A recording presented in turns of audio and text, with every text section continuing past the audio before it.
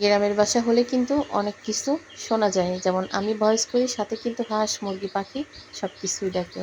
হাঁসের ডিমগুলা দেখেন কত বড় বড়, ভিজায় রাখিছি ধোয়ার জন্য, ওরা ধুয়ে দিয়ে গেছে।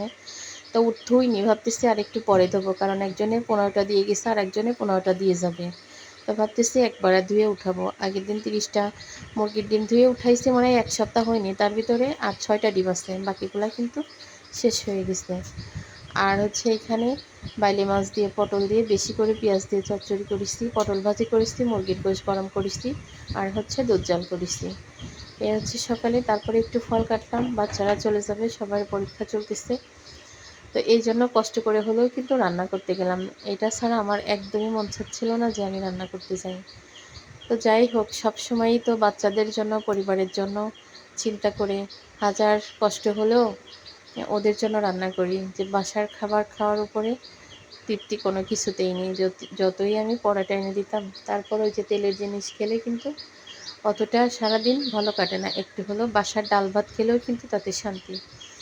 তো সকালে রান্না করলাম, এখন এদেরকে খাওয়াই দাওয়াই রেডি করে সবাইকে বিদায় দিয়ে দুপুরের জন্য রান্না করতে হবে।